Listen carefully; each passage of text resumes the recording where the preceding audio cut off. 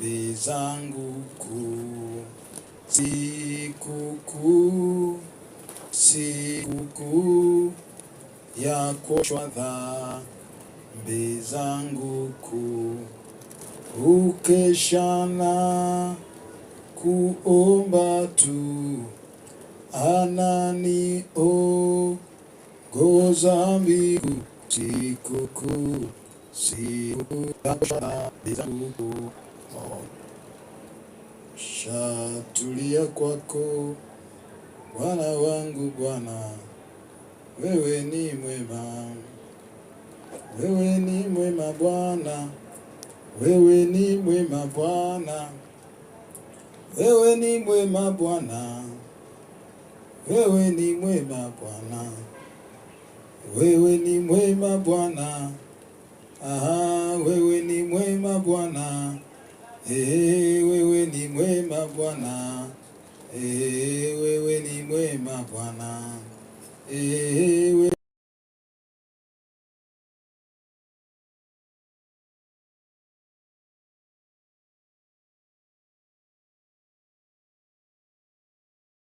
wewe ni mwema Bwana, wewe ni mwema Bwana, wewe ni mwema sana, wewe ni mwema Bwana, wewe ni mwema Bwana, wewe ni mwema sana, wewe ni mwema Bwana, wewe ni mwema sana, wewe ni mwema Bwana, wewe ni mwema Bwana, wewe ni mwema Bwana, wewe ni mwema sana. Bwana Yesu asifiwe. Mtu wa Mungu, ninaamini unatufuatilia sasa, na Mungu wa mbingu na nchi azidi kukubariki. Kumbuka tuko live kwa mtandao wa YouTube. Asante wewe unaendelea kujoin. Mungu akubariki. Karibu sana. Najisikie amani kabisa kuwa katika ibada hii nzuri ambayo Mungu wa mbingu na nchi anazidi kutusaidia. Unaweza tu kuandika amen na useme unatufuatilia kutokea wapi. Na Mungu akubariki kwa vile ambavyo uko mwaminifu. Mungu iwe pamoja nawe. Mungu akubariki. Watu kaandika kufuatilia, na itakuwa ni jambo la baraka sana. Mungu ni wakati mzuri sasa ambao tunakwenda moja kwa moja kwa habari ya kujifunza, na baada ya hapo tutamuomba Mungu. Tutajifunza na tutaomba, tutajifunza na tutaomba. Baba, katika jina la Yesu Kristo mwana wa Mungu aliye hai, ninakuinua wewe peke yako, mfalme wa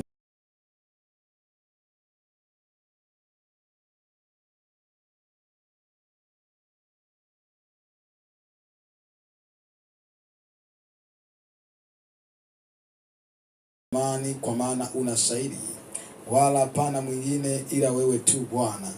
Pokea sifa na heshima, kwa maana wewe unastahili. Pokea sifa na heshima, kwa maana wewe umetukuka. Katika jina la Yesu Kristo mwana wa Mungu aliye hai, tuna kila sababu ya kusema asante Mungu wetu, kwa ajili ya uwezesho, kwa ajili ya kibali, kwa ajili ya nguvu, kwa ajili ya mamlaka, kwa ajili ya uweza wako, katika jina la Yesu, kwa damu ya mwana kondoo.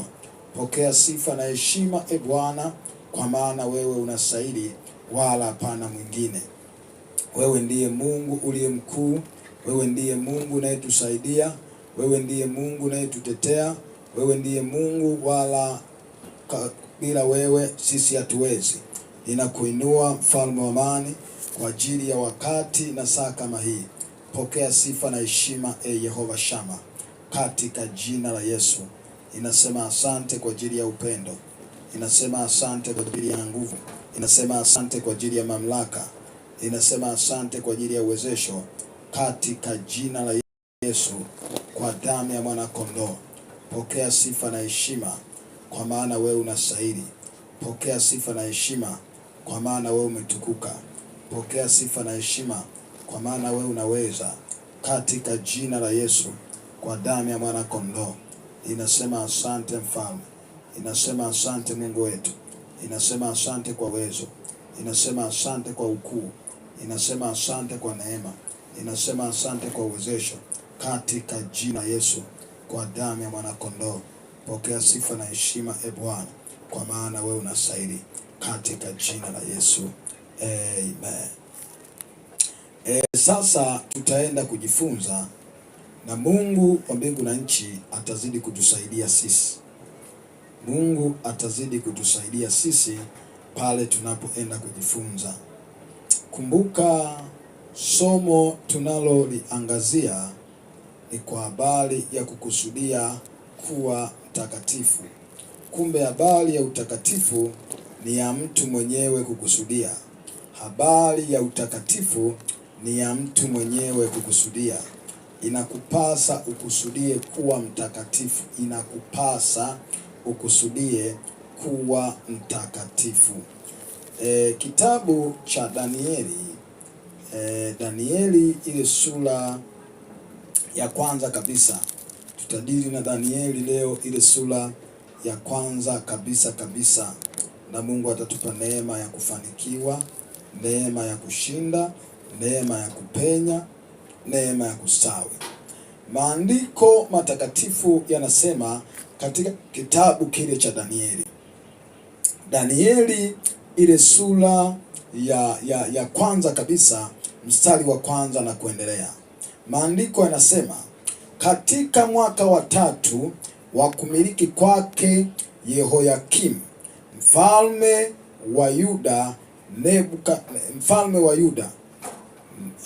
Nebukadneza mfalme wa Babeli. Unaanza kuona Yehoyakim alikuwa ni mfalme wa Yuda, na huyu Nebukadneza mfalme wa Babeli. Nini kilitokea? Mfalme wa Babeli alikwenda Jerusalem akauhusuru. Unaanza kuona mambo ya mfalme Nebukadneza. Alikuwa na nguvu nyakati hizo, wakati huo wa utawala wa Babeli. Unaanza kuona mfalme Nebukadneza alikuwa na uwezo wa kutoka kwenye nchi yake na kwenda kwenye nchi ya uongozi wa mtu mwingine, kwa mfalme mwingine, anamtwaa. Unaanza kuona anamtwaa na watu wake, anawatwaa, anawabeba mateka mpaka kwenye nchi yake, anawateka nyara. Unaanza kuona sasa mfalme wa Babeli Nebukadneza alikuwa na uwezo wa kuwateka nyara watu wengine, anaenda nao mpaka kwenye nchi yake mwenyewe. Mambo ya ajabu sasa hayo unaanza kuyaona. Ameenda mfalme wa Babeli akafika mpaka Jerusalem. Unaanza kuona akamwendea mfalme wa Yuda kule Jerusalem, akamteka, akamchukua mateka, akaenda naye katika nchi yake mwenyewe. Lakini sasa mambo yaliyonishangaza ni haya. Bwana akamtia Yehoyakim, yani ni Bwana mwenyewe akamtia Yehoyakim mfalme wa Yuda katika mkono wake. Kumbe kuna mambo mengine Bwana mwenyewe anahusika. Yuda, kumbuka, ni mji ama ni taifa ambalo Bwana alilichagua. Kumbuka wakati ule Israeli wameasi, Israeli wamefanya uasi. Unaanza kuona kutokana na makosa ya yule aliyokosea mfalme yule mfalme Suleiman alifanya makosa mbele za Mungu. Mungu akasema ufalme wako nitaugawanya, manake wewe utabakiwa na makabila mawili na upande mwingine utatawaliwa na mtu mwingine, kwa sababu ya uasi uliofanya wewe Suleiman. Lakini haya mambo nitakayoyafanya sitayafanya katika siku zako, bali nitafanya kipindi cha mtoto wako. Unaanza kuona ubarikiwe sana Joshua. Joshua sema amina. Unataka uimbe nini? Sema amina, amina. Joshua Bura, Mungu akubariki. Rakapasetetete yanda kashakapa. Andika amina, amina, amina mchungaji. Yes, ubarikiwe. Sasa unaanza kuona Biblia inazungumza kipindi hicho sasa ufalme ukagawanyika. Sasa Yuda Mungu aliacha salama kwa sababu walikuwa ni watu waliokuwa na mcha Mungu. Akasema kwamba ewe Yuda utakuwa wangu mimi kwa sababu ya Daudi. Unaanza kuona Yerusalemu Mungu akagua kwa sababu ya Daudi, alikuwa mtu mwema mbele za Mungu. Kumbe unapokuwa mtu mwema mbele za Mungu, yeye anakutetea kizazi hata kizazi. Sasa unaanza kuona baadaye Yuda wakajisahau, wakaanza kufanya maovu. Unaona maovu gani waliyafanya Yuda? Ni yale yale aliyafanya yule aliyekuwa mfalme wa Israeli wakati yule Yeroboam. Makosa ya Yeroboam ndiyo waliowafanya pia Yuda. Unaanza kuona Yeroboamu alifanya makosa gani? Alikuwa ni muabudu miungu mingine, akamkasirisha Mungu, akawapitisha watoto wake kwenye moto, akafanya uganga, akafanya uchawi, ndipo Mungu akamghadhibikia kweli kweli. Sasa baadaye akaja kuzaliwa mfalme mwingine. Unaanza kuona alikuwa ni mtoto wa mfalme Hezekia, Manase. Yes, mfalme Manase akaja kufanya maovu mbele za Bwana. Sasa huyu mfalme wa Yuda ambaye ni Manase, uovu wa Yuda ulianza kuonekana kwa mfalme Manase. Unaanza kuona Mungu alikuwa amesema na Hezekia kwa kinywa cha nabii Isaya kwamba yatengeneze mambo ya nyumbani mwako, kwamba ni hakika utakufa. Kwa nini? Kwa sababu tayari familia ya Hezekia, miongoni mwao mtoto wake ambaye ni Manase, ambaye atakuja kulisi ufalme wa baba yake Hezekia, alianza mambo ya uganga. Kumbe ndiyo maana Biblia inasema waleeni watoto katika njia ya Bwana, nao hawataiacha hata wakiwa wazee. Mpigie Yesu makofi ya shangwe. Sasa unaanza kuona Manase kwa sababu ya makosa aliyoyafanya akapelekea sasa Yuda nzima kukasirikiwa na Bwana. Ndipo saa akaja kuzaliwa baadaye mfalme mwingine akaja kuzaliwa. Yule mfalme alikuja kuzaliwa baadaye. Kwanza nikupitishe kidogo kwa habari ya mambo ya wafalme ili uweze kunipata vizuri, ili uweze kunielewa wewe. Nataka unielewe, utoke umeshiba neno. Nataka utoke umeshiba neno. Rakapasakata rikatarapasitititi rinduria mashamara baba. Nataka utoke umeshiba neno. Umeshiba neno. Sasa nataka nikupitishe kidogo kwa habari ya wafalme, kuzaliwa kwa mfalme Yosia. Yosia alivyokuja kuzaliwa sasa, Yosia ndiye aliyekuja kuyatenda mema mbele za Mungu na kuyaharibu miungu, madhabahu za giza akaziharibu. Lakini pamoja na kwamba Yosia alifanya vizuri mbele za Bwana, bado Bwana hakuachilia lile alilosema kwamba mtatwaliwa kwenda utumwani. Sasa process ya kutwaliwa kwenda utumwani ikaanza. Wote waliofuatia baadaye wafalme wa Yuda wakawa wanafanya makosa, pamoja na kwamba Yosia amefanya yaliyo mema machoni pa Bwana, lakini wafalme wengine wote waliokuwa wanafuatia walikuwa wanafanya mabaya mbele za Bwana. Ogopa sana ukiwa chini ya mfalme anayefanya mabaya mbele za Bwana. Ogopa sana. Rekapasakata retakaparakapa ritakatatatata. Mungu atupe neema kwa jina la Yesu, uweze kupenya, uweze kuvuka, uweze kustawi, uweze kushinda, na Mungu wa mbingu na nchi atatupa kufanikiwa kama taifa, atatupa kuvuka kama nchi, atatupa kuvuka kama jamii, atatupa kuvuka kama watu wake. Mpigie Yesu makofi pale ulipo. Joshua, andika tena nini Mungu unataka akutendee. Unaweza kaandika hapo nini Mungu unataka akutendee. Wewe unayetufuatilia kwa njia ya YouTube, unaweza kumwambia na yule ambaye yuko mbali, pengine anatamani afuatilie, mwambie tu aandike RBCT Church moja kwa moja kwa mtandao wa YouTube. Anaanza kutupata live kutokea madhabahu ya kukombolewa na kubarikiwa. Haleluya.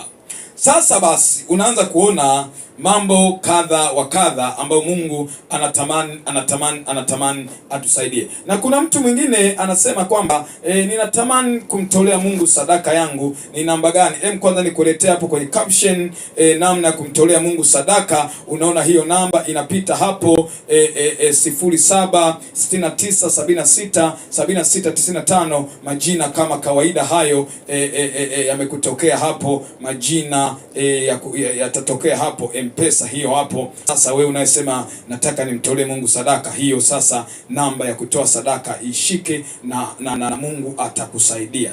Hiyo inatokea hapo na Mungu akusaidie. Mtolee Mungu sadaka zako na Mungu atazidi kukubariki. Sasa tuweze kupiga hatua tena. Unaanza kuona tayari kutokana na makosa ambayo wafalme wa Yuda waliyatenda mbele za Bwana, ndipo Bwana mwenyewe akawatia mikononi mwa mfalme Nebukadneza. Mfalme Nebukadneza alikuwa hana hofu ya Mungu, lakini ana nguvu. Ana nguvu. Ndiyo dola ilikuwa inamiliki wakati huo, inamiliki dunia nzima. Unashangaa wewe, unaanza kuona kumbe mfalme wa Babeli alikuwa na nguvu kinyume cha falme zingine zote ulimwenguni. Ana nguvu sana mfalme wa Babeli huyo Nebukadneza, alikuwa na nguvu kweli kweli. Hakuna taifa, hakuna ufalme uliokuwa unaweza kuinuka kinyume cha mfalme wa Babeli. Alikuwa na nguvu kweli kweli. Lakini huyu mfalme alikuwa ni mwabudu miungu. Kumbe kuna mtu anaweza kuwa na nguvu kinyume chako ila ni mwabudu miungu. Sasa wewe usipokuwa vizuri na Bwana, anakukokota msobe. Sema kwa jina la Yesu, ninakataa kukokotwa, ninakataa kuchukuliwa, ninakataa kuonewa, ninakataa kwa jina la Yesu. Omba kidogo pale ulipo. Sema nakataa. Andika tu nakataa. Rekapasakapa rikatamakapa rikatatatata rekapasakapa rikapasekeperia makapa yandura mashabarakapa. Kataa kuchukuliwa mateka, kataa kuonewa, kataa kudhulumiwa, kataa kutendewa mabaya. Kataa kwa jina la Yesu. Oh haleluya, oh haleluya. Sasa unaanza kuona Bwana akamtia Yehoyakimu mfalme wa Yuda katika mkono wake pamoja na baadhi ya vyombo vya nyumba ya Mungu, naye akavichukua mpaka nchi ya Shinari, mpaka nyumba ya Mungu wake. Akapeleka mpaka vyombo vya Mungu aliye hai kwa miungu. Kumbe kuna vyombo vya Mungu huwa vinaenda kwa miungu. Unaona, mtu aliyeokoka ni chombo cha Mungu, lakini kisipokaa sawasawa kinachukuliwa na miungu. Usiwe chombo kinachochukuliwa na miungu. Geuka upesi, mwelekee Bwana, usije ukawa ni chombo cha Bwana kinachochukuliwa na miungu. Usichukuliwe mateka na miungu. Mwaka 2026 ukawe ni mwaka wa kufanikiwa kwako, ukawe ni mwaka wewe kupenya, ukawe ni mwaka wewe kupata, ukawe ni mwaka wewe kuinuliwa. Kaa vizuri na Bwana, ishi kwa utakatifu, ishi kwa kuchukia dhambi, ishi kwa kukataa dhambi, nawe utafanikiwa kwa jina la Yesu. Sasa unaanza kuona Biblia inatuambia kwamba akaviingiza vile vyombo katika nyumba ya hazina ya Mungu wake. Nebukadneza naye ana miungu yake, lakini kumbuka Mungu iliyoandikwa pale ni M yenye herufi ndogo. Ukiona kwenye Biblia na kufundisha pia kufasiri Biblia pia, ndio maana akasema utakaa vizuri mahali hapa, kwa sababu neno linachambuliwa vile inavyotakiwa. Sasa nataka nikwambie kwamba ukishaona kwenye Biblia Mungu imeanza na herufi ndogo, inamaanisha Mungu ambaye si Mungu aliye hai. Yaani miungu mingine, miungu ya wanadamu, miungu ya mashetani ndio inaandikwa kwa Mungu yenye herufi ndogo, inaanza M yenye herufi ndogo. Lakini ukiona Mungu inaanza kwa herufi kubwa, M kubwa, huyo ni Mungu Yehova. Haleluya! Mungu aliye hai huanza jina lake kwa herufi kubwa. Lakini ukianza kuona kwenye Biblia, unasoma mahali popote pameandikwa Mungu, ila ameanza kwa herufi ndogo, huyo sio Mungu aliye hai. Waga nashangaa, kuna mtu anaweza kukuandikia message anasema Mungu akubariki, afu anaandika mwenye herufi ndogo. Nashangaaga sana mimi, nasema huyo Mungu unayeniambia anibariki, mrekebisha kidogo ndio niseme amina, mrekebisha kidogo niseme amina. Unaanza na M kubwa, ndiye Mungu wetu tunayemtumikia. Sasa basi tupige hatua tena nyingine. Tupige hatua nyingine tena. Vijana wasio aliwachukua na vijana wasio na mawaa. Unaanza kuona huyu jamaa mfalme aliwachukua vijana wasio na mawaa. Tuone kwanza. Mfalme akamwambia Ashpenazi, mkuu wa matowashi,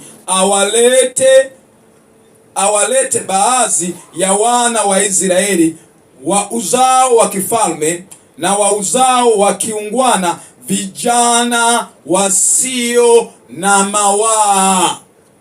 Kumbe mfalme akaelewa ili aweze kutoboa ni lazima awe na vijana wasio na mawaa. Vijana, ninawaambia kizazi cha Gen Z, nyinyi msiwe na mawaa, msiwe na mawaa. Kataa mawaa, kataa mawaa. Mawaa ni nini?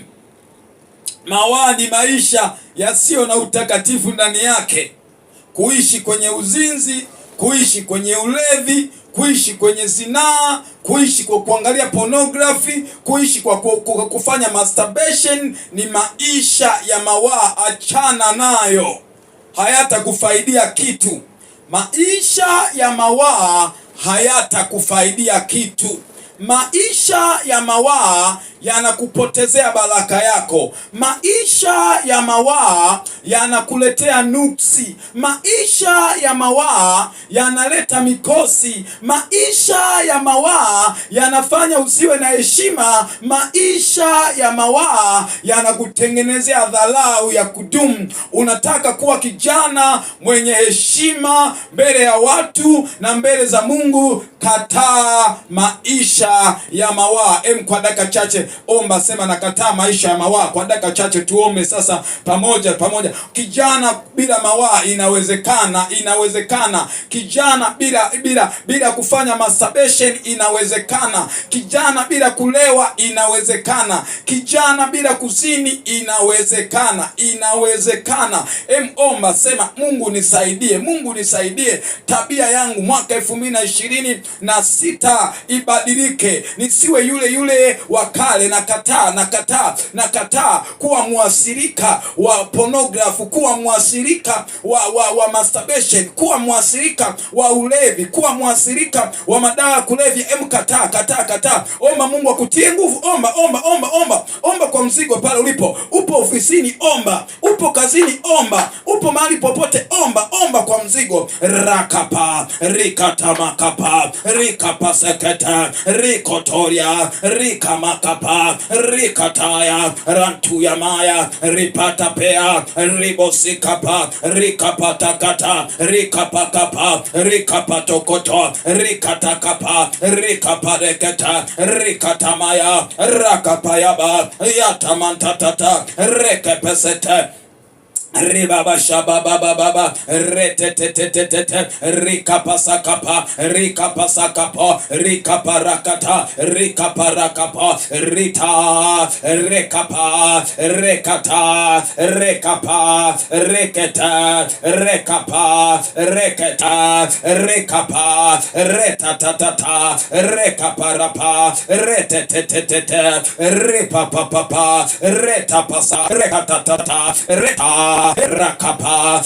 ratatata rakapa rikapasata yandura makapa yandura mashata yandura makapa. Kwa damu ya mwana kondoo na katama wa zile dhambi za sirini, zile dhambi za sirini, mzikatae kwa dakika chache. Kataa kuvuta shisha, kataa, kataa, kataa, kataa kwa jina la Yesu, kataa, kataa kwa jina la Yesu. Sema nakataa, nakataa, nakataa, nakataa. Nataka nianze mwaka kwa ushindi, niishi maisha ya ushindi, niishi maisha ya ushindi, niishi maisha ya ushindi, niishi maisha ya ushindi. Kataa kwa dakika chache, kataa pale ulipo kuishi maisha ya kataa, kataa kwa jina la Yesu. Yes, kuna mahali unapenya, kuna mahali unasogea, kuna mahali unaenda, kuna mahali unapenya. Ninaona ukipenya kwa jina la Yesu. Sasa mfalme akasema, nileteeni vijana wasio na mawaa, wazuri wa uso. Sasa vijana wazuri wa uso ni wakorofi. Kijana akiambiwa wewe ni handsome boy HB, anajiona ni mjanja. Wewe acha hayo mambo. Kijana mzuri wa uso mwenye hofu ya Mungu ni wa maana sana. Unamkumbuka Yusufu wewe? Unajiona shababi sana wewe, unamshinda wewe. Yusufu Biblia alikuwa ni mzuri wa uso kisamboi, lakini alikataa zinaa. Wewe unasifiwa kidogo eti handsome, ndio unawapanga. Unaona ukiwapanga 10, 20, 30, 100 unajiona mjanja. Ni mikosi, unabeba mikosi. Unanielewa vizuri? Naongea kinagaubaga wazi bila kuficha. Neno la Mungu ni taa ya miguu yangu na ni mwanga wa njia zangu. Nikiwa ndani ya neno lake niko salama. Uko salama. Pokea neno kwa jina la Yesu ili uwe salama kwa damu ya mwana kondoo. Usijifanye wewe ndiyo wewe kwa kufanya uzinzi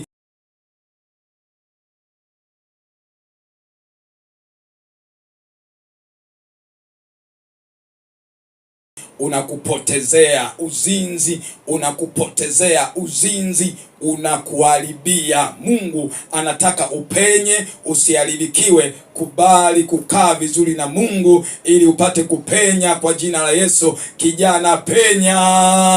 Haleluya. Sasa tupige hatua nyingine. Unaanza kuona Biblia inatuambia wazi, vijana wasio na mawaa, wazuri wa uso, wajuzi wa hekima, welevu kwa sababu ya maarifa yao. Kijana, ili ushinde dhambi ni lazima utake kuwa mtu mwenye maarifa ya Mungu. Tafuta maarifa ya Mungu kwa namna nzuri zaidi. Tafuta sana maarifa ya Mungu. Tafuta sana. Kati ya kitu cha kutafuta kwenye maisha yako, tafuta maarifa ya Mungu. Kati ya kitu kutafuta kwenye maisha yako, kama kijana, hakikisha unajaa maarifa ya Mungu. Jaa maarifa ya biashara, jaa maarifa ya huduma. Kama unafanya huduma, hakikisha unakuwa na maarifa hayo. Kama unafanya biashara, hakikisha unakuwa na maarifa hayo. Hakikisha una hayo maarifa. Hakikisha unapata maarifa. Yaani unatakiwa kuhakikisha. Wa kuhakikisha kuwa una maarifa ni wewe. Si unanielewa nasema nini? Maarifa unatakiwa kuhakikisha unayapata. Sawa, unahakikisha kwamba mimi ninatakiwa kuwa na maarifa. Wewe unahakikisha. Sawa, unatakiwa kuhakikisha kwamba nimeamua kuyatafuta maarifa. Nimeamua. Kwa habari ya kuyatafuta maarifa, huwa tunaamua. Unaamua mwenyewe kwamba nimeamua kuyataka maarifa, na mtu anayeamua kuyatafuta maarifa atayapata kwa jina la Yesu. Atayapata kwa jina la Yesu. Ukiamua kutafuta maarifa, nawe utayapata. Sasa unaanza kuona Biblia inazungumza kwa habari ya hawa vijana, walikuwa pia wana maarifa. Mara nyingi watu wengi anasema nashindwa kufanikiwa kwenye eneo fulani, sina mtaji. Nataka nikwambie mtaji mkubwa ni kujua wewe ni nani, unatakiwa ufanye nini, una maono gani, fanikiwaje, unajua nini kuhusu hicho kitu unachotaka kufanya. Kama ni biashara, hakikisha unajua kuhusiana na biashara. Kama ni huduma, hakikisha unajua kuhusiana na huduma, kwa sababu mtaji mkubwa ni nini unajua kuhusu hicho kitu unachotaka kukifanikisha. Huo ndio mtaji mkubwa. Sawa sawa, Huo ndio mtaji mkubwa, kujua nini unataka kukifanikisha ni mtaji mkubwa kwenye maisha. Mtu akishajua nini anachotaka kufanikisha, amepenya. Ukishajua ni nini unataka, wachache wanaojua nini wanataka kwenye maisha yao. Walio wengi hawajui nini wanachotaka, hawajui kabisa. Ukishajua nini unatafuta, nini unataka, utatumia muda wako mwingi kuhakikisha unafanikiwa kwenye hicho. Lakini usipojua nini unachotaka, hutakuwa na muda wa kutaka kuwa yule ambaye unataka kuwa, kwa sababu hujui unataka nini. Usipojua unataka nini, hutajisumbua kuwa yule unayetakiwa kuwa, kwa sababu hujui unataka nini. Watu wengi wanasema nataka pesa. Nataka nikwambie ukweli ni kwamba wewe hautaki pesa, ila unataka kile ambacho unafanya ukiwa na pesa. Hicho ndicho unachokitafuta. Ukweli ni kwamba wewe hutafuti pesa, au mimi sitafuti pesa, au mtu yoyote hatafuti pesa, ila anatafuta kile anachokifanya akiwa na pesa. Unatakiwa kujiuliza kwenye maisha yako, ukiwa na pesa unafanya nini? Kile ndicho unachokitafuta. Kile ndicho unachokitafuta. Kile ambacho unakifanya kwa kutumia pesa zako, hicho ndicho unachokitafuta. Kuna mtu mwingine akiwa na pesa analewa. Kumbe huyu mtu kama angepewa pombe asingeweza kuanza kutafuta pesa, wala asingeanza kutafuta maisha, au asingeanza kuhangaika kutafuta kazi, kwa sababu amepewa anachokitafuta au anachokitaka, ameshapewa. Kwa hiyo kama kijana lazima ujue unataka nini. Pesa itakujia ukijua unataka nini. Sasa kwenye kutaka kule ndiko huleta aina ya kitu, kwa sababu umejua unachokitaka.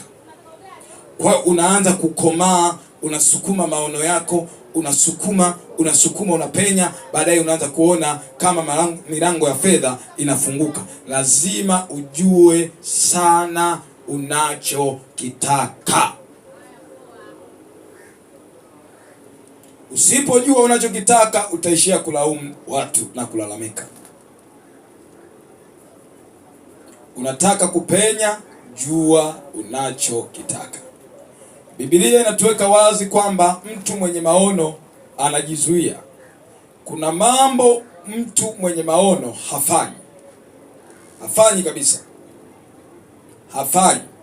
Mwenye maono anachagua nani awe rafiki yake, nani asiwe rafiki yake. 2026 ni mwaka wa kuamua kuchagua.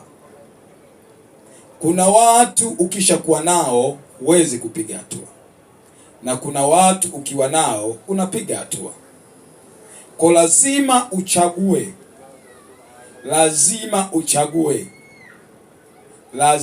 uchague ni nani wa kuambatana naye. Si kila mtu anayekujia unatakiwa kuambatana naye. Kitu cha msingi cha kufahamu kwenye maisha, unaweza ukawapenda watu wote, lakini rafiki unachagua. Kuwapenda watu wote ni amri. Tumeamriwa kupenda watu wote. Mpende jirani yako kama nafsi yako. Wote tunawapenda, ila nani niambatane naye nachagua. Kwa sababu nataka nikwambie nini? Maono yako ni kama mbegu. Ili mbegu iweze kustawi, inategemea sana udongo uliopandwa. Mbegu inaweza ikawa ni nzuri, lakini ikipandwa kwenye udongo mbaya haiwezi kuzaa vile inavyotakiwa. Unakumbuka Yesu anafananisha mtu mmoja amekwenda kupanda mbegu zake. Zingine zikaanguka kwenye nini? Kwenye mwamba. Zingine zikaanguka njiani.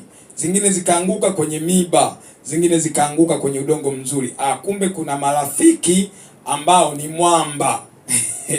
Ukiwa nao huwezi kuzaa. Kwa namna utakapoanza kuota, unataka uweke mizizi chini, haiwezi kushuka mizizi kwenye mwamba. Kwa hiyo unaanza kuelea juu, kile unachofanya kinaharibika. Ni marafiki aina ya mwamba, wanaharibu. Kuna wengine marafiki ni kama njia. Unaanza kuona mbegu imeanguka barabarani, ndege wa angani wakaidonoa. Kuna watu wengine ukiwa nao kupata matatizo ni dakika moja. Ukiwa naye changamoto, yani yeye amekuja changamoto. Wewe mwenyewe unaweza kujiuliza, kuna baadhi ya matatizo yameanza kuwa na wewe, yamekuwa yako baada ya kuwa unashirikiana na mtu fulani. Baada ya mtu fulani kusema, wewe unasema ndio rafiki yangu sana huyu, nashirikiana naye, ndio mwanzo wa matatizo yako yalipoanzia. Si kila rafiki ni rafiki.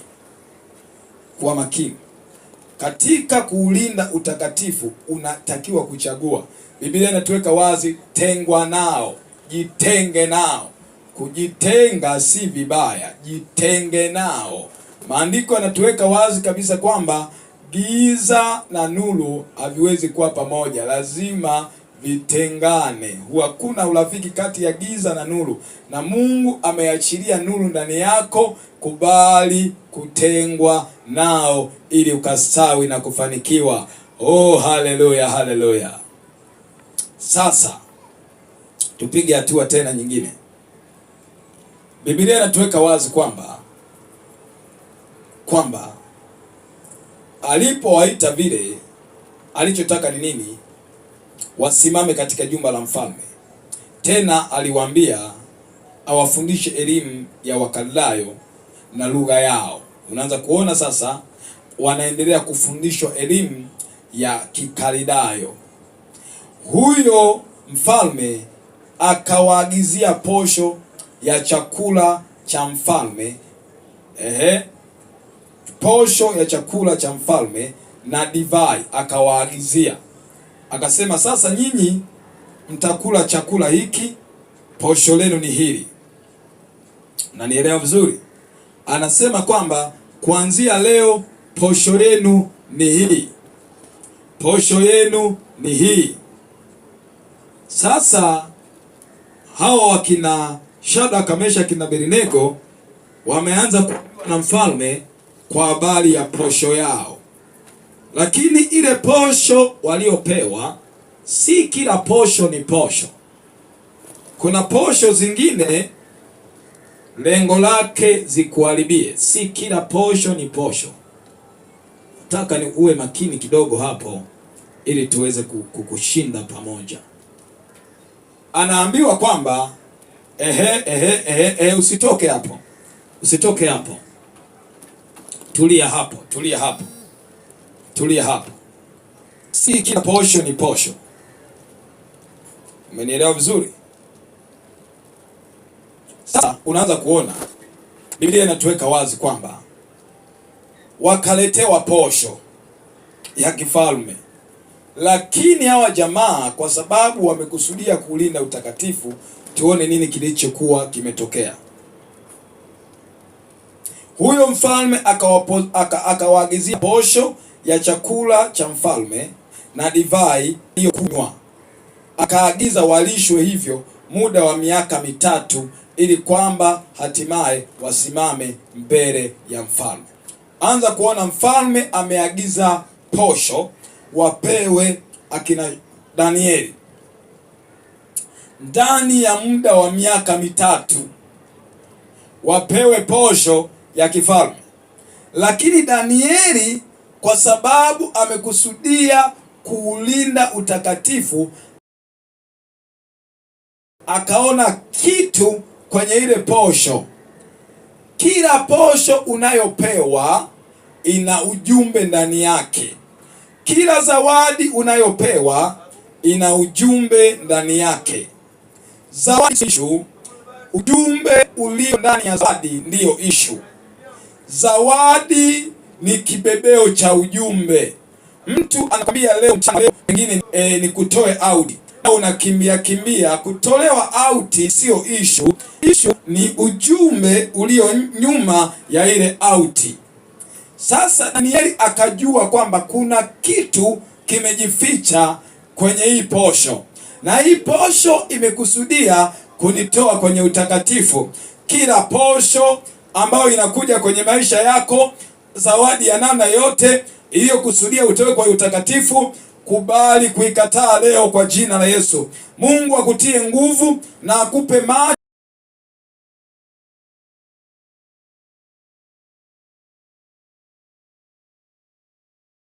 ya kugundua kwenye kila posho kuna nini, kwenye kila zawadi kuna nini, kwenye kila zawadi kuna nini. Sina maana kwamba kila zawadi unaopewa ni mbaya, lakini unatakiwa uwe na jicho la kutambua, je, zawadi ni zawadi kweli au imekusudia jambo jingine? Mungu akupe macho ya kutambua kwa jina la Yesu. Mungu akupe macho ya kujua hayo katika jina la Yesu. Oh, haleluya. Haleluya, amen. Haleluya, amen. Haleluya, amen. Sing haleluya, hey, haleluya, amen. Haleluya, amen. Haleluya, amen. Sing haleluya, amen. Haleluya, amen. Haleluya, amen. Haleluya, amen. Sing haleluya, amen. Haleluya, amen. Haleluya, amen. Haleluya, amen. Sing haleluya, amen. Haleluya, amen. Haleluya, amen. Haleluya, amen. Sing haleluya, amen. Haleluya, haleluya. Haleluya, haleluya. Sasa tuweze kupiga hatua tena. Ndipo saa maandiko yanatuweka wazi kabisa kabisa, kana kwamba Biblia inasema huyo mfalme akawaagizia posho. Posho ikafika. Sasa basi hao walikuwa baadhi ya wana wa Yuda, Danieli, Hanania, Mishaeli na Azaria. Mkuu wa matoashi akawapa majina. Alimwita Danieli Belteshaza, na Hanania akamwita Abednego.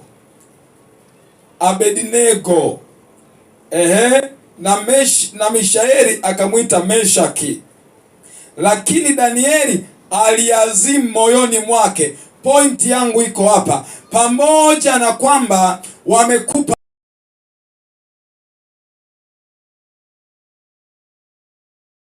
majina, wamekubadilisha badilisha majina, lakini jina lisibadili hatima yako. Kuna mahali unaweza kupewa jina la namna fulani, kana kwamba la kukusifia sifia, kumbe lengo limetaka usiwe mtakatifu. Nishawahi kuona watu wanaambiwa ukifa uozi, na wanachukua ile namna kama title ya kuendelea kufanya mabaya. Nataka nikwambie ukweli, mtu wa Mungu, kuna majina unaweza kupewa lengo lake ili uendelee kupotea katika dhambi. Kuna majina unaweza ukapewa ili yawe tatizo mbele kule unakoenda. Lakini hivi leo ninataka nikwambie, haijalishi wanapanga kubadili majina yako, lakini wewe focus na hatima yako, focus na kesho yako. Yasibadili hatima yako kwa jina la Yesu. Wamewaita Danieli, wamemuita Belteshaza kwa majina ya miungu yao. Nebukadneza alikuwa anawaita watu kwa namna ya miungu yao. Kumbe kila jina unalopewa limebeba roho. Unatakiwa ujiulize, kwa nini wanakuambia wewe una jina fulani, unaachwa kuitwa jina lako, wanakuita jina jingine? Kuna tabia pengine wanataka kukuvalisha, au wameshaona kuna tabia fulani uko nayo, ndipo wanakuvika jina linaloendana na hiyo tabia. Kila jina unalopewa mtaani kwenu, kijijini kwenu, kwenye eneo lolote, limebeba roho nyuma yake, limebeba roho nyuma yake, limebeba roho nyuma yake. Kuna roho imebebwa. Majina mengine yamebeba roho ya ulevi, majina mengine yamebeba roho ya uzinzi, majina mengine yamebeba roho ya kiburi, majina mengine yamebeba roho ya uchawi. Kila jina unalopewa watu maeneo yote lina roho yake. Kwa hiyo hivyo unataka kujiuliza, wewe una jina lako vizuri, wanakubadili. Umefika mtaani fulani, sema yule jana fulani, wameanza kukuita jina jingine. Unaanza kuona hili jina kana kwamba lina tabia mbaya hivi, na wewe unalikubali. Unasema sina namna, ndivyo wanavyoniita. Nataka nikwambie mtu wa Mungu, kataa kile majina mabaya yaliyokusudia kubadili hatima yako. Majina ya ulevi, majina ya uzinzi, majina ya uchawi, majina yote mabaya, msema nakataa kwa jina la Yesu.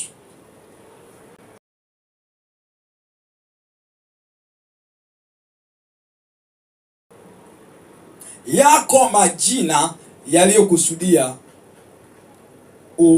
usiwe vile Mungu anavyotaka uwe. Yako kabisa, yapo. Usibishe, yapo. Useme nabisha, unabishia nini? Yapo majina yanayotaka uwe tofauti na Mungu anavyotaka. Wale jamaa wamepewa majina. Ndio maana Danieli alikuwa mjanja sana. Wamemuita Belteshaza, lakini yeye bado anaendelea kuzamini naitwa Danieli. Anza kutazama mbinguni, wanaendelea kujua huyu ni Danieli. Hawalitambui jina lile la Belteshaza.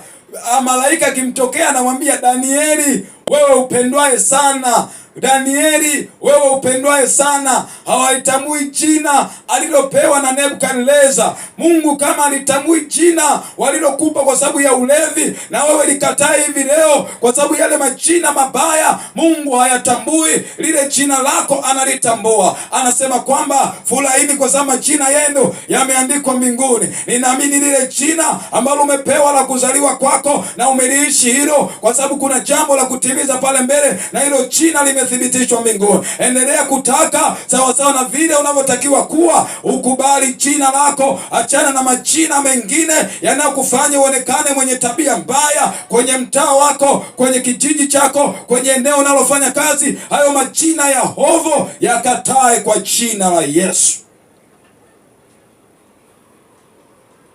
Haleluya, yakatae.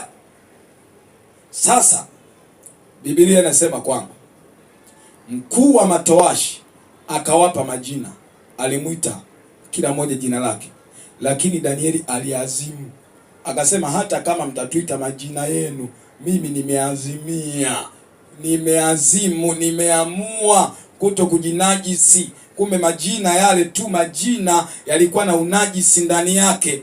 Majina tu waliopewa ni najisi. Unaanza kuona, kwa sababu Danieli majina waliopewa yalikuwa wanapewa kutokana na sifa ya miungu anayoitumikia Nebukadneza. Sasa wanakupa jina la miungu, tatizo tayari linaanzia pale. Danieli akasema sitajinajisi kwa chakula cha mfalme, sitajinajisi. Kataa kujinajisi kwa jina la Yesu. Kataa leo, kataa leo, kataa leo kwa jina la Yesu. Haleluya, haleluya. Kataa leo kujinajisi. Kataa kujitia unajisi kwa namna iwayo yote. Kataa kwa jina la Yesu. Sasa basi, unaanza kuona maandiko yanatuweka wazi kabisa. Basi katika hao Biblia inayozungumza, Danieli akasema mstari wa 8, lakini Danieli aliazimu moyoni mwake ya kuwa hatajitia unajisi kwa chakula cha mfalme, wala kwa divai aliyokunywa. Basi akamwomba yule mkuu wa matowashi ampe ruhusa asijitie unajisi. Omba ruhusa usijitie unajisi. Kusudia kwamba mimi nakataa kujitia unajisi. Danieli akasema sitajitia unajisi. Kumbe kuto kujitia unajisi unakusudia. Unasema mimi nimeamua sitajitia unajisi. Unakusudia mwenyewe, unaamua mwenyewe, unataka mwenyewe. Unasema mimi huyu naye niona sitajitia unajisi. Mimi huyu naye niona sitajitia unajisi. Unakusudia mwenyewe, unataka mwenyewe. Haijalishi kuna gharama ya kulipa. Ni kweli kuishi maisha ya utakatifu iko gharama, lakini kubali gharama, kubali kulipa gharama, kubali kulipa gharama ili upenye kwa jina la Yesu. Hakuna mpenyo rahisi. Kubali kulipa gharama ili ufanikiwe kwa jina la Yesu. Sasa unaanza kuona nini? Biblia inasema kwamba Danieli akaomba kabisa. Mstari ule wa 9, basi Mungu alimjalia kupata kibali na huruma machoni pa huyo mkuu wa matowashi. Ili Mungu akuhurumie, ni lazima wewe ukusudie kwanza. Mungu anawahurumia waliokusudia kujitenga na dhambi. Kama unajiona wewe ni mwamba hivi kwenye dhambi, Mungu hakuhurumii. Ila yule anayesema mimi nimekusudia mwaka huu 2026 sitaki kushiriki mambo ya dhambi nilizofanya 2025 kurudi huko nyuma, iwe mwisho, sitaki tena maisha ya dhambi, huyo mtu Mungu anamsaidia. Lakini mtu ambaye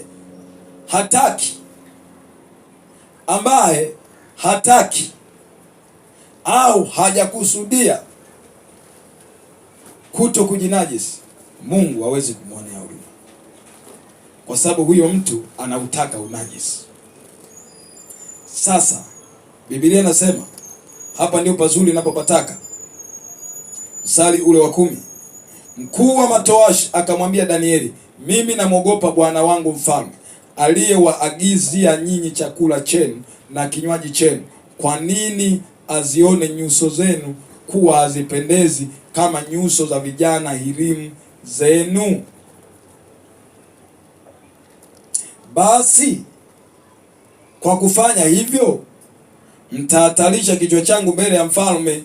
Ndipo Danieli akamwambia yule msimamizi ambaye mkuu wa matowashi amemweka juu ya Danieli na Hanania na Mishaeli na Azaria, tafadhali utujaribu sisi Kumbe kujaribiwa ni jambo mojawapo kwenye eneo la utakatifu. Ukiwa mtakatifu, kusudia utajaribiwa, utapita kwenye testi. Unaweza sasa, kama umeamua kulinda utakatifu, majaribu yanapokuja utaweza. Lakini kama hujaamua kulinda utakatifu, likija jaribu linakukwamisha, unaanza kuona bahati mbaya, kumbe ni jaribu. Lakini mtu aliyekusudia kulinda utakatifu, jaribu linapomjia anashinda. Ili uweze kushinda majaribu, ni lazima ukusudie kuwa mtakatifu. Kama hujakusudia, utasema ni bahati mbaya, shetani alinipitia. Anakupitiaga nini? Wapi? Unaonaga na shetani, maana ulikaa sehemu shetani akakupitia. Acha hayo mambo bana, acha hayo mambo. Ondosha propaganda hapa bana ya kusema shetani amekupitia. Isiwe mwaka huu bana, mambo ya kupitiwa na shetani yawe yalisha. Chana nayo sasa. Unapitiwaje na shetani bana? Mnaenda wapi? Naenda wapi na shetani? Una urafiki naye? Kwa nini anakupitia? Achana nayo mambo ya kupitiwa na shetani, achana nayo. Ili uachane na mambo ya kusema nimepitiwa na shetani, nimepitiwa, bahati mbaya. No one is perfect. No one is perfect. Hakuna aliyekamilika. Ni kujitetea kwenye dhambi. Watenda dhambi hujitetea kusema hakuna aliyekamilika. Nataka nikwambie wapo. Biblia inasema uende mbele yangu ukawe mkamilifu. Yaani kukusudia kuacha dhambi. Ile mtu hataki kuacha dhambi, anaanza kujitetea. No one is perfect. Naweza nikakosea kesho. Sasa kama nilisema dhambi mbaya, alafu kesho nikafanya dhambi, itakuwaje? Mimi nataka nikwambie wewe unayejitetea kwenye dhambi kusema no one is perfect, umejiandaa kufanya dhambi.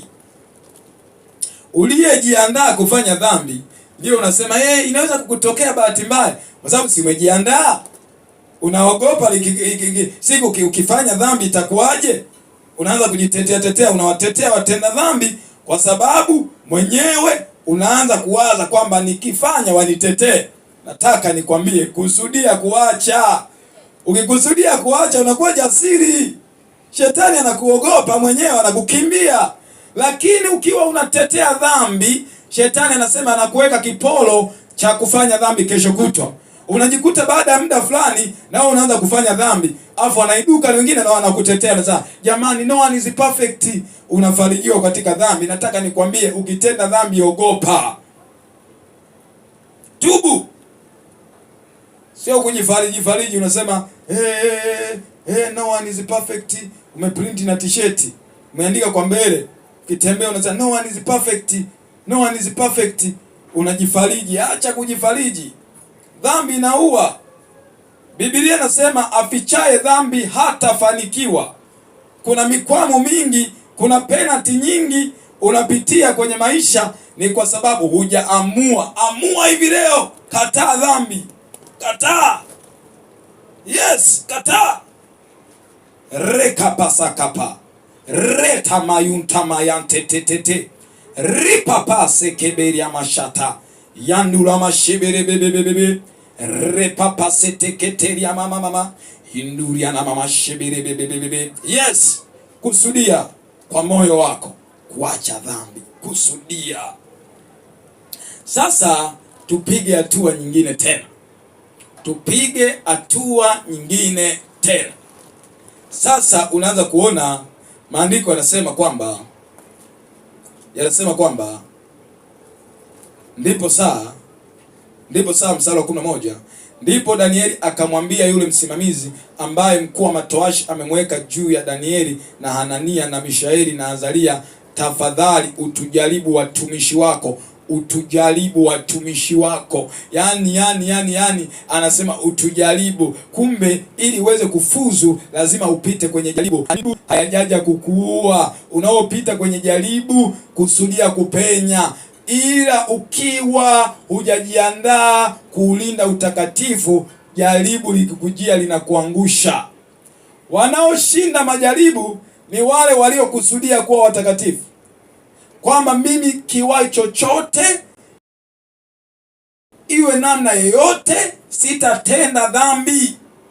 Kama alivyokusudia Yusufu, anasema nitendeje ubaya huu nimkose Mungu? Kwa hiyo dhambi unapofanya inafanya umkose Mungu.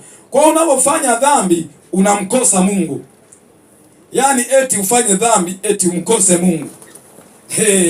Yusufu akasema, mke wa Potifa, galagala, fanya chochote, lia, cheka, funga milango, fanya chochote, hapa dhambi haitafanywa. Utabomolewa hata mlango, nitakimbia kutoka nje.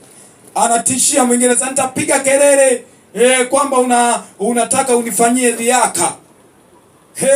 Piga kelele, piga kelele, piga kelele, lakini mtu hapa hafanyi dhambi.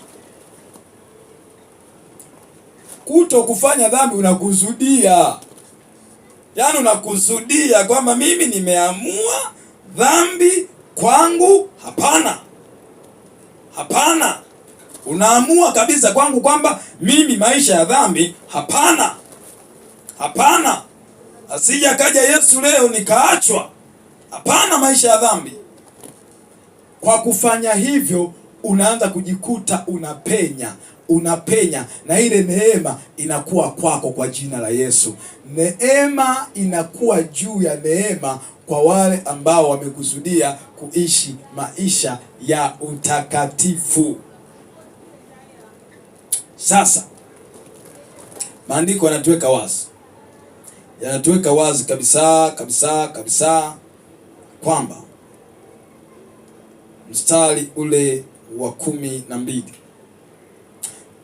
tafadhali utujaribu sisi watumishi wako siku 10 na tupewe mtama tule na maji tunywe.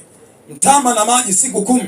Wengine wanakula nyama kule, lakini nyama zina unajisi ndani yake, zina mashetani, zina majini, zina mapepo, zina mizimu imekaa ndani yake, roho imekaa ndani yake. Wanakula kule, lakini roho ya mashetani iko ndani yake. Sasa tuone nini kilitokea. Mstari wa 13, kisha nyuso zetu zitazamwe mbele yako. Nyuso zetu zitazamwe mbele yako. Baada ya siku 10 nyuso zetu zitazamwe mbele yako. Kati ya wale waliokula nyama iliyotoka kwa mfalme yenye unajisi ndani yake na sisi ambao tutakula mtama, baada ya siku 10 nyuso zetu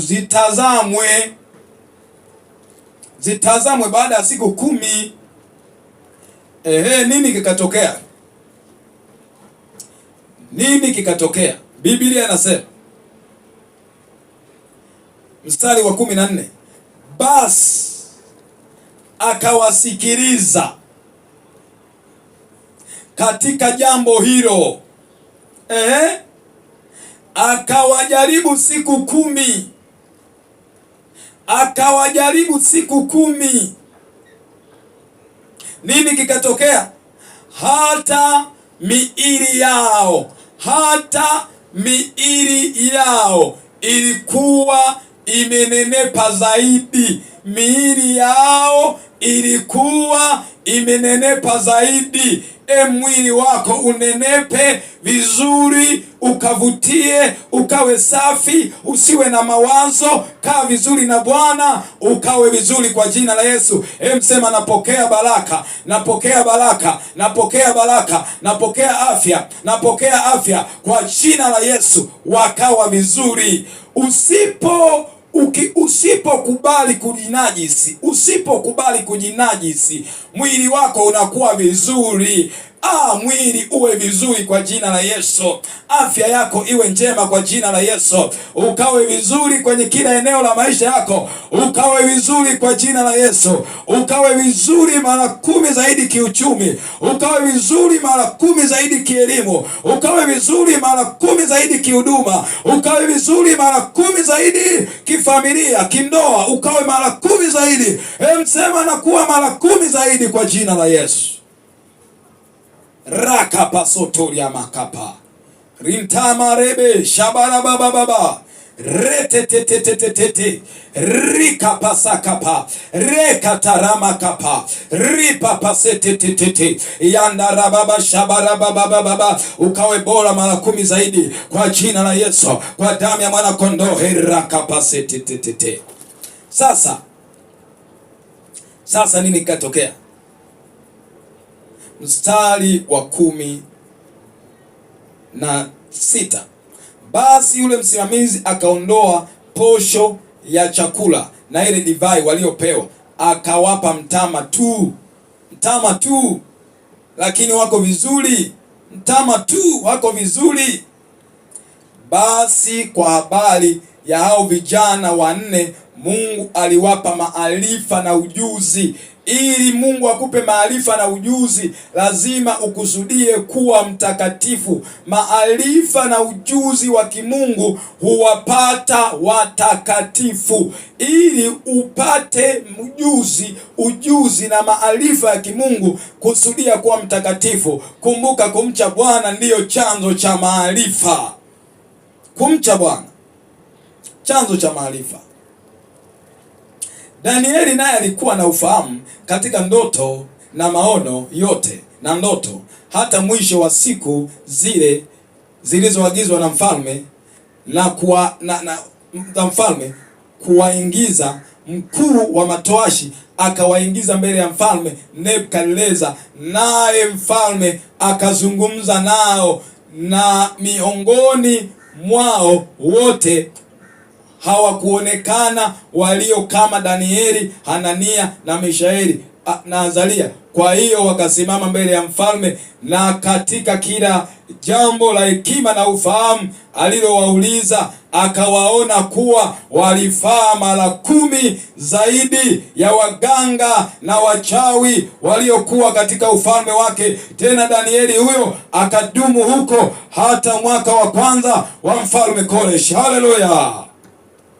Sasa unaona, unapodumu katika utakatifu, unapokusudia kuwa mtakatifu, utasimama mbele ya mfalme, atakuuliza mambo, utamtolea tafasiri ya mambo, utakuwa mwenye hekima, utakuwa mwenye ufahamu. Ni habari ya muda tu. Wewe linda utakatifu. Kila anayelinda utakatifu huwa anasimama na wakuu. Kila anayelinda utakatifu huwa anasimama na ukuu. Kila aliyekusudia kuwa mtakatifu, mwisho wa siku huwa anakuwa na wakuu. Lazima ukasimame na wakuu kwa jina la Yesu. Watakatifu wanakuwa bora kuliko wale walioshindwa kuulinda utakatifu. Huwa anakuwa bora mara 10 zaidi ya wale ambao wameshinda kulinda utakatifu. Ukawe bora mara 10 zaidi kwenye kila eneo kuliko waganga na wachawi. Ukawe mara 10 zaidi kwenye biashara kuliko waganga na wachawi. Ukawe mara 10 zaidi kwenye huduma kuliko waganga na wachawi. Ukawe mara 10 zaidi kwenye kazi kuliko waganga na wachawi. Hebu endelea kusema na kuwa mara 10 zaidi, na kuwa mara 10 zaidi. Endelea kupokea ubora. Ni neema juu ya neema. Mara 10 zaidi ya wengine, mara 10 zaidi ya wachawi, mara 10 zaidi ya waganga. Twende tuombe sasa. Napokea neema ya kuwa mara 10 zaidi ya waganga na wachawi kwa jina la Yesu. Napokea neema ya kuwa mara 10 zaidi ya waganga na wachawi. Napokea neema ya kuwa mara 10 zaidi kwa jina la Yesu, kwa damu ya Yesu. Rikamakapa rikatatata rikapapapa renduria mama irabababa iramamama induria mama. yanamashata rekapapapa ikapasata yantakatata rekapasaka yanteketete rakapapapa ikaparata indokosakata endakaparakata ikaparata ikaparata endulamakapa yandakasakata yandeketete rakapa rikatatata endulamakapa endulamashata yandokosakata yandokoshakata. Napokea neema ya kuwa mara 10 zaidi, neema juu ya neema, neema juu ya neema, neema juu ya neema ya kuwa mara 10 zaidi juu ya waganga, juu ya wachawi, kwa jina la Yesu, kwa damu ya Yesu. Napokea neema ya kuwa mara 10 zaidi, napokea neema ya kuwa mara 10 zaidi kwa jina la Yesu, kwa damu ya Yesu. Napokea neema ya kuwa mara 10 zaidi ya waganga, ya wachawi, wasoma nyota, waganga, wasihiri. Napokea neema ya kuwa mara 10 zaidi, ya kuwa mara 10 zaidi, ya kuwa mara 10 zaidi, ya kuwa mara 10 zaidi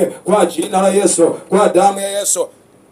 Napokea neema, napokea neema, napokea neema, napokea neema, napokea neema, napokea neema, napokea neema, napokea neema, napokea neema, napokea neema ya kuwa mara 10 zaidi ya waganga, wasoma nyota. Napokea neema ya kuwa mara 10 zaidi ya kila uganga na uchawi, ya kuwa mara 10 zaidi kinyume cha adui, kinyume cha uchawi, kinyume cha uganga. Endelea kupokea neema, endelea kuomba pale ulipo. Upo kazini, omba neema ya kuwa mara 10 zaidi. Uko kwenye biashara, omba neema ya kuwa mara 10 zaidi. Endelea kuomba pale ulipo, ukawe bora kwenye kila eneo mara 10 zaidi. Kindoa, ukawe bora mara 10 zaidi. Endelea kuomba neema ya Mungu ipo pamoja na wewe katika jina la Yesu, kwa damu ya mwana kondoo. Rikatatata rikaparata rakatatata rekasakata rekaparapa ritatatata repapapapa endula mashata endula masakapa endula mashata endula makapa endula mashata endula makapa endula mashata endarabababa rekata rekapapa rekasakata yandula makapa yandula mashata yandula makapa yandula makapa yandula mashata yandera makapa. Endelea kupokea neema ya kuwa mara 10 zaidi kinyume cha watu wa giza, kinyume cha waganga, kinyume cha wasoma nyota. Pokea neema ya kuwa mara 10 zaidi, pokea neema ya kuwa mara 10 zaidi kwa jina la Yesu, kwa damu ya Yesu. Pokea neema hiyo, pokea neema hiyo, pokea neema hiyo, pokea neema hiyo, pokea neema hiyo, pokea neema hiyo, pokea neema hiyo mahali popote ulipo. Upo kazini, pokea neema, pokea neema, pokea neema. Mikono yako ikawe na neema, macho yako yakawe na neema, kinywa chako kikawe na neema. Pokea neema, pokea neema, pokea neema kwa jina la Yesu. Ninapokea neema ya kuwa zaidi kinyume cha waganga. Endelea kupokea neema, endelea kupokea neema, endelea kupokea neema pale ulipopokea neema kwa jina la Yesu. Rakapa rikatata rakatama rendokosaka yandokosaka yandokosoko yandokosata yandula makapa rikatatata rekata yandokosaka yandokoseta yandokosaka koseta yandokoshata yandula makapa yandomasata shabara baba. Yoshua anasema niombe mchungaji, ni kuombea. Pokea neema, pokea neema. Yosefu anasema amina, pokea neema kwa jina la Yesu. Raka papa papa ikapasata yandekatatata rikatatata shata rakapa rikatatata endula makapa yandokosaka yandokotakata yandokosakata yandokoshakapa rikatatata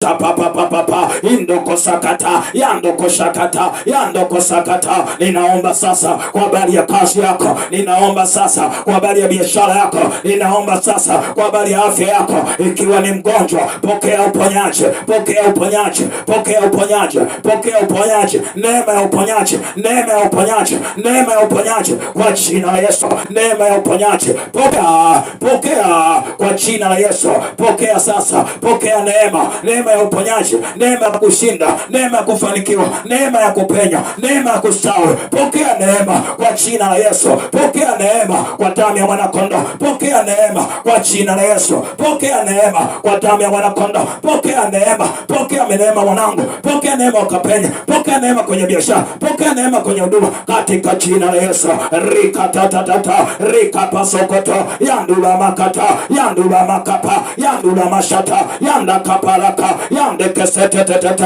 rika tatatata, rika takapa, rika pasakata, yando kosakata, yando koshakata, rika takatatatata. Hey, shamara baba baba baba. Herra baba sitiriri. Yandula mashabara baba baba. Herra baba sitiriri bibi. Herra baba shabara baba baba. Pokea neema ya kushinda, ukazidi kuwa juu wala sio chini. Ninatamka baraka kwa ajili yako. Ninatamka baraka kwa ajili ya kazi yako. Ninatamka baraka kwa ajili ya kila jambo litendalo. Pokea baraka ya Mungu kwenye kila eneo. Pokea baraka ya Mungu kwenye biashara. Pokea baraka ya Mungu kwenye huduma. Pokea baraka ya Mungu kwenye kazi. Pokea baraka ya Mungu kwenye huduma. Pokea neema, baraka ya Mungu. Pokea baraka ya Mungu. Pokea baraka ya Mungu. Pokea baraka ya Mungu. Pokea baraka ya Mungu. Pokea baraka ya Mungu. Pokea baraka. Pokea ushindi katika jina la Yesu. Mungu wa mbingu na nchi azidi kubariki. Uzidi kuwa mtu uliyestawi na kufanikiwa. Tumeelekea mwisho kabisa wa ibada yetu, ambayo unazidi kutoa sadaka yako. Ninaona hapo mkiendelea kutoa sadaka, mbarikiwe. Namba ni ile ile ambayo nimekuwekea hapo, namba 0769767695,